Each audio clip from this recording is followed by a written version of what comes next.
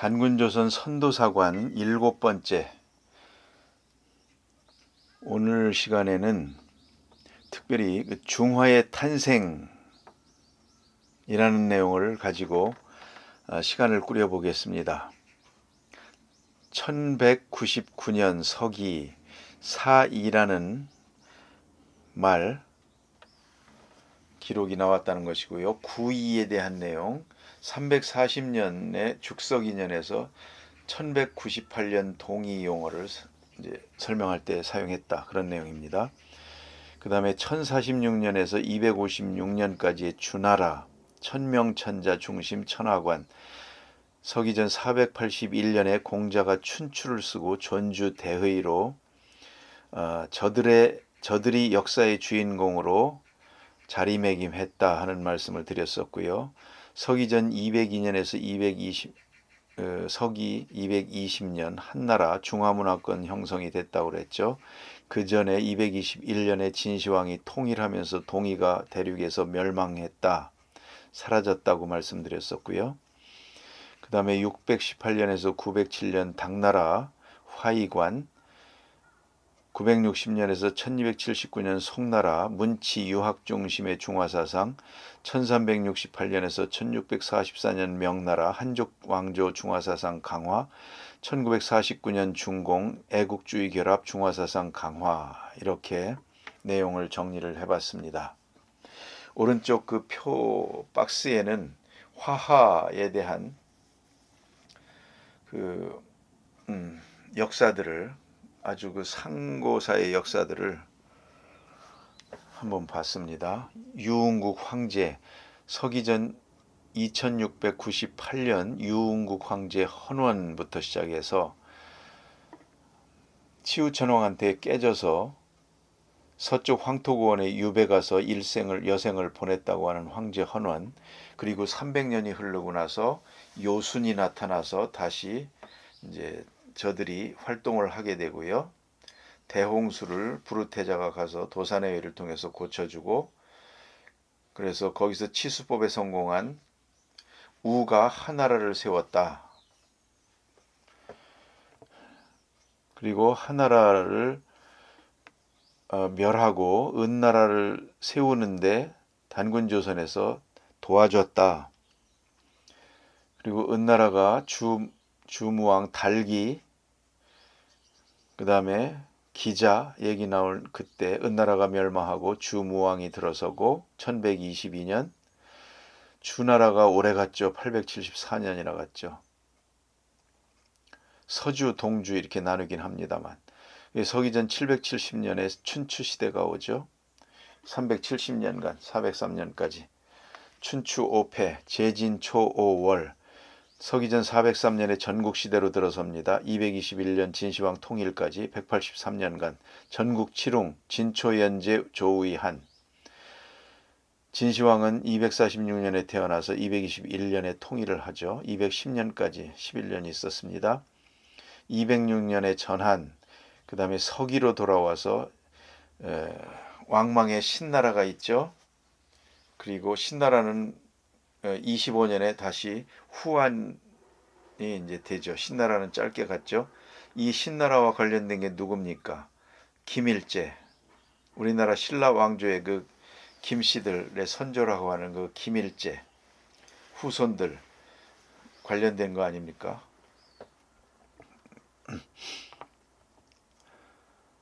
중화의 탄생 1199년 이후 주나라. 서기전 1199년경에 동이라는 명칭이 처음 등장했답니다. 서희의 주나라 중화와 대비되는 은나라의 동쪽을 동이라고 했답니다. 사이의 나라 중화요, 구이의 나라 동이. 주나라는 원래 은나라 서쪽에 있던 제후국으로서 서희였으며 견이, 서융, 여 근처에 있었다. 서희에는 지용, 촉, 강, 미, 노, 팽 등 축석인연 기준입니다. 이들 나라는 중원의 서편에 서 있었고 주나라를 도운 서희의 주축 세력이 되었다. 견인은 삼위산에서 서안에 걸쳐 살던 반고 가한의 백성으로 그 후예가 돌궐이요 지금의 터키다. 이런 내용들이 쭉 있습니다. 서나라, 서융은 주나라가 스스로 중화라고 자칭할 때 서희를 격화시킨 말이며 이런 내용들 쭉 나오죠. 서기전 512년 오나라가 서국을 정벌하여 멸망시켰다. 이때부터 비로소 서국, 서희, 서라는 명칭이 역사 기록에서 사라진답니다. 여기가 동이족을 규합하는 그런 역할을 했다고 하지 않습니까? 서국이. 서국의 전성기는 서기전 990년경 서언왕 시대에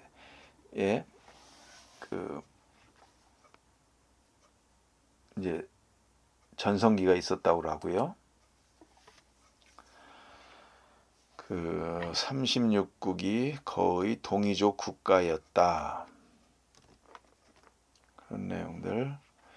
36국에는 기허, 등설 많이 있습니다. 산동 지역의 제, 태산 서쪽의 노, 하남성의 송, 하남성의 채, 산동 지역의 조, 주로 이제 이쪽이죠. 주나라 서울의 동쪽에 있었던 동방의 여러 제후국들이 속해 있었다. 서국에. 동이족의 중심이었는데 멸망하면서 대륙동이가 사라지는 것이죠.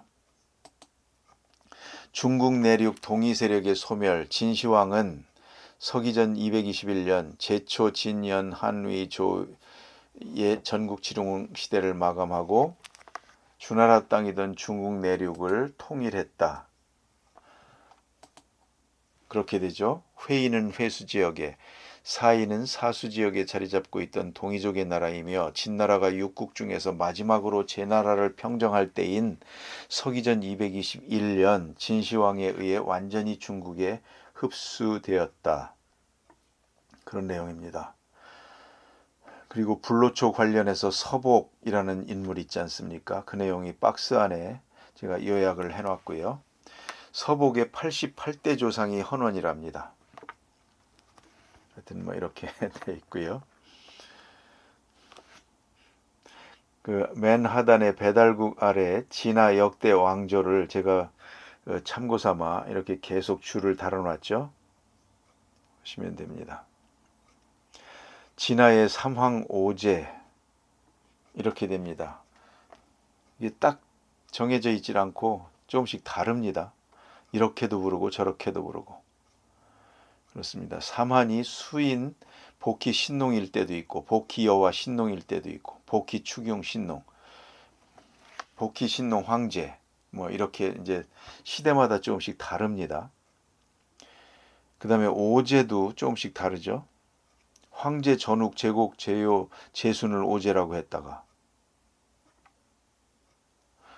태호, 염제, 황제, 소호, 전욱이 됐다가 소호, 전욱, 고신, 당요, 우순이 됐다가 복희, 신농, 황제, 요순 이렇게 됐다가 이 표들은 80억 세계인의 성씨, 중국인의 성씨에서 그 김선주 박사의 강의에서 발췌한 것입니다. 사망호제가 기록마다 다르답니다.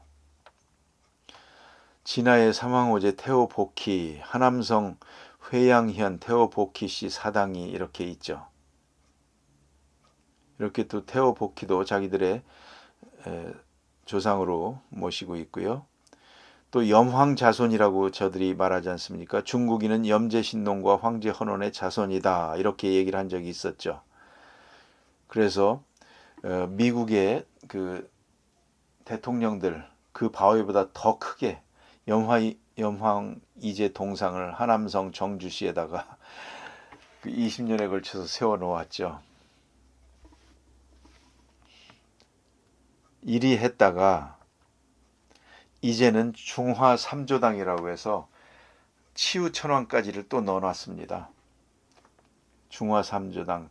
그래서 가운데에 황제 헌원을 넣어놓고 자오지 환웅과 치우천왕과 염제신농을 양옆에 이렇게 배치를 해놨습니다. 중화민족 역사의 뿌리로 돌아가는 집 귀근원이라고 있습니다. 거기에 그렇게 되어 있다는 것이죠.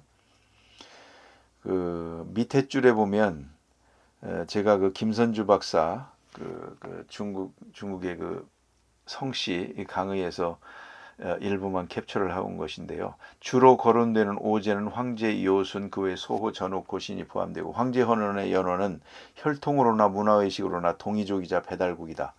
요는 북적지인 태평환욱이, 순은 동이지인 맹자.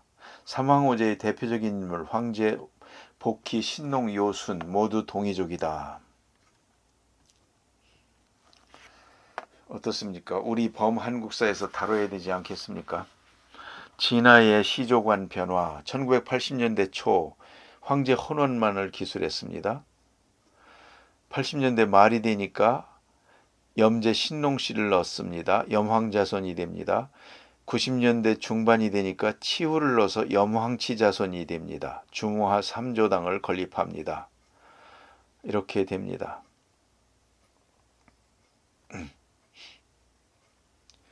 이 보면 중국의 모든 인민들이 종족적 계파를 초월하여 근원으로 회귀하면 그 뿌리가 하나라는 의미, 귀근원입니다. 화하족 역사의 출발, 삼황오제와 배달국, 염제 신농과 황제 헌원의 계보. 중국 제왕계람, 역조 제왕계람에 나오는 삼황오제 표로 정리해봤고요. 거기에 동의에서 차용해간 내역이라는 줄을 달아서 다른 표를 따와봤습니다. 그리고 오른쪽에는 헌원의 계보, 전 시간에도 봤었죠. 계보를 다시 한번 비교 삼아 한번 실었고요. 황제 헌원의 조상과 후계 계보를 또 다른 측면에서 그 김선주 박사의 강의에서 한 것을 또 따와봤습니다. 고시씨, 소전씨, 염제신농, 헌원, 공손씨. 헌원은 우계 10세손이다.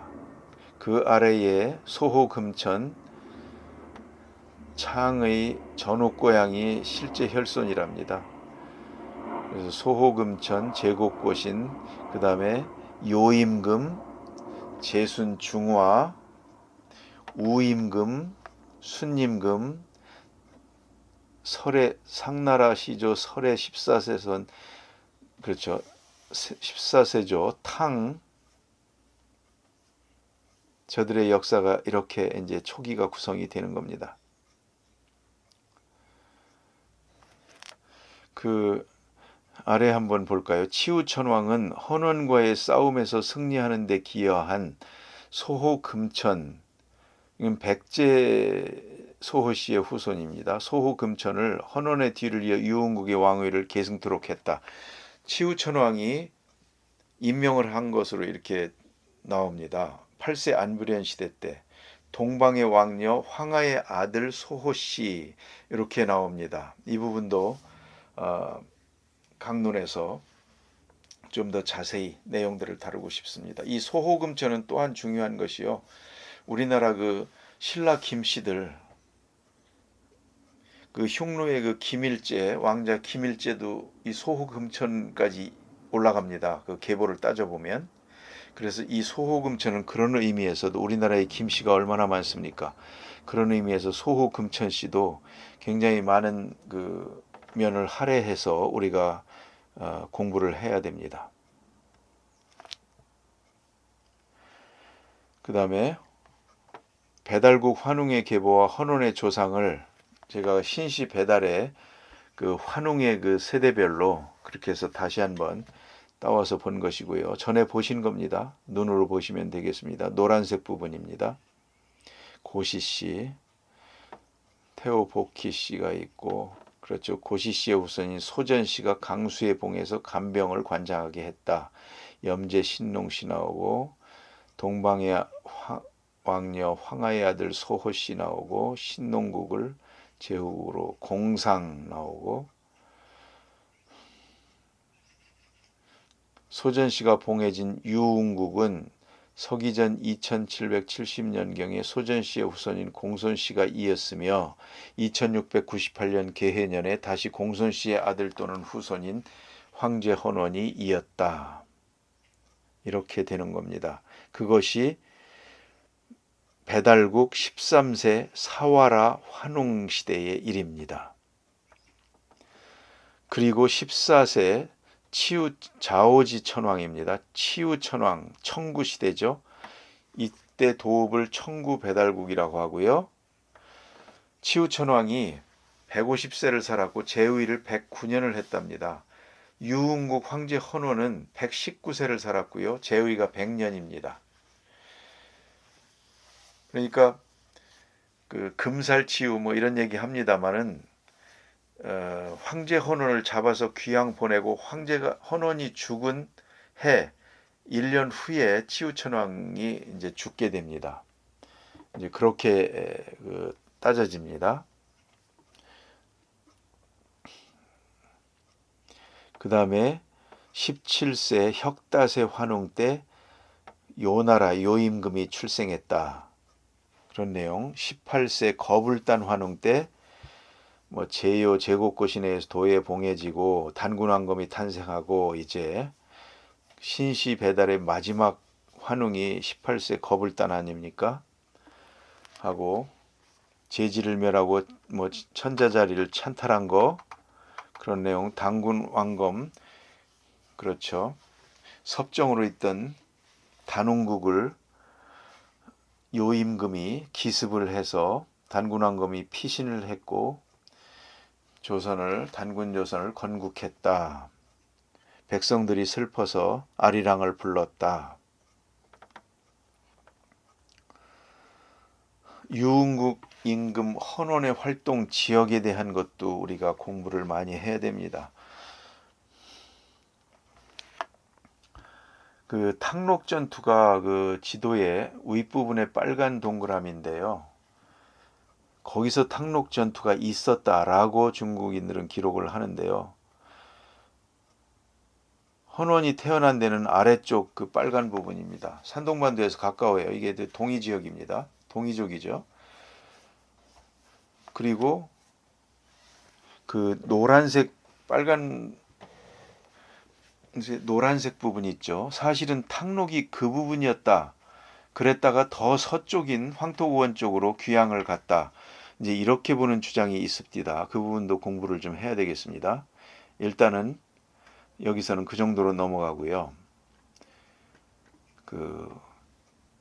금살치유에서 헌원이 치유를 잡아 죽인 것이 아니고 치유가 헌원을 잡아서 귀향을 보내서 조용히 살도록, 그래서 교훈도 하고 자부선인으로부터 교훈받도록 이제 그렇게 했다는 거 아닙니까?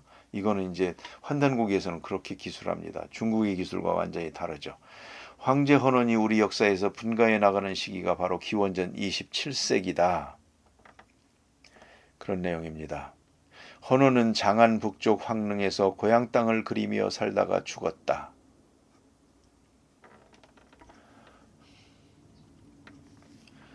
고조선사와 중국사의 연대 비교. 그 표를 제가 한번 따와 봤습니다. 송화강 시대, 당뇨와 우순, 하나라 시대와 우리나라의 단군 시대를 겹쳐서 이렇게 볼 수가 있는 것이죠. 왼쪽에는 제가 그 중국의 역사를 다시 한번 정리를 해본 것이고요. 이렇게 눈으로 보시기에 그렇게 어렵진 않으실 겁니다. 소태단군, 이렇게 해서 그 단군 조선의 역대 그 단군과 중국의 역사를 이렇게 연대별로 비교를 해본 겁니다. 25세 솔라단군 때 주무왕이 등극을 했네요. 13세 홀달 때 상나라를 건국했고요. 춘추 시대는 35세 사벌단군 때 시작됐군요. 공자는 38세 다물단군 때 태어났습니다. 44세 구물단군 때 전국시대가 시작됐습니다. 403년. 그리고 46세 보울단군 때 연나라 장수 진계가 번조선을 침략합니다. 북부여 열국시대 해모수가 웅심산에서 북부여를 건국한 것이 서기전 239년. 해모수가 진조선을 계승하여 국통을 이었다. 232년 오가 연정 6년이 있죠. 그 끝난 다음에 해모수가 인수를 한 것이죠. 기준 번조선 75세 왕이 되었다. 진시황이 중원을 통일했다. 항우 유방 얘기 나오고요. 진이 멸망하고 북부의 일세 해모수 그때 유방이 한나라를 건국합니다. 이렇게 되는 겁니다. 고주몽 북부의 6세 고무서단군을 이어 즉위하고 국호를 고구려로 바꿨다. 맨 하단이죠. 한나라 10세 선제 때의 일이다. 중공의 가장 오래된 성씨의 분화. 삼황오제 동이족 성씨가 기원이 그렇게 되는데요. 동이족에서 배출됐다. 삼황오제의 대표적인 인물이 황제 복희, 신농 요순인데 모두 동이족이다 말씀드렸었죠. 중국의 가장 오래된 성씨 사씨, 희씨, 요씨, 영씨, 강씨 모두 계집녀 변을 가졌다. 강씨에서 분화된 성씨 여허, 사, 고, 국, 노, 최, 정, 문, 신 모두 102개랍니다. 황제에서 비롯된 12성씨 희, 유, 기, 기, 등, 잠, 임, 순, 희, 길, 현, 의 이렇답니다. 중공의 10대 성씨입니다. 왕, 이, 장, 유, 진, 양, 황, 조, 오, 주 이렇게 됩니다. 제일 많은 왕씨, 이씨 1억이 넘네요. 장씨도 9,500이 되고 묘금도 요씨도 많군요.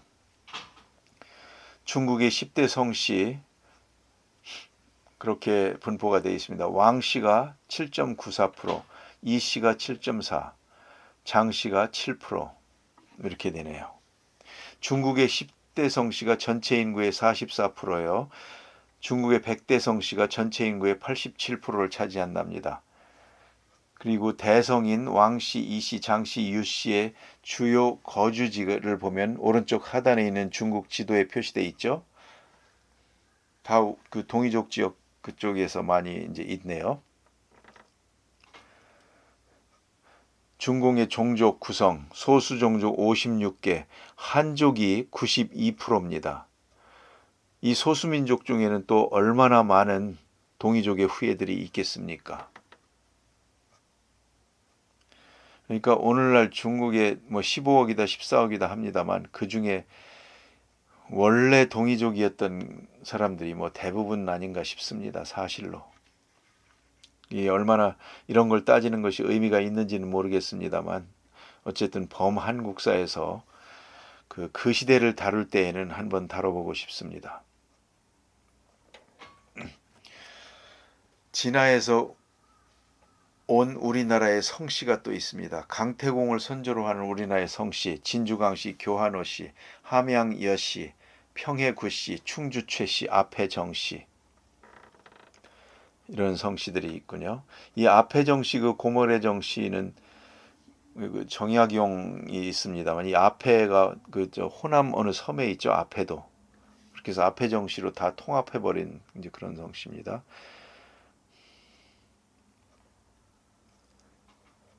전에 보여드렸던 서바이벌 전쟁, 기원전 27세기 치우천왕과 헌원의 싸움 시작으로 해서 우리의 전쟁들을 쭉 나열을 해본 겁니다. 대부분이 북방 유목민입니다. 한족은 거의 없습니다. 내용들. 네, 그래서 이제 이런 내용들을 한 토대로 해서 지금까지 단군 조선을 여러 측면에서 봤는데요. 한국사를 사실은 재정립을 하고 싶습니다. 직접적인 한국사하고 그다음에 이제 옛날에 그 족속 그런 측면을 감안해서 범한국사 측면에서 한번 다뤄보고 싶습니다. 예, 이상으로 단군조선 역사를 마쳐보겠습니다. 오랫동안 경청해 주셔서 감사합니다.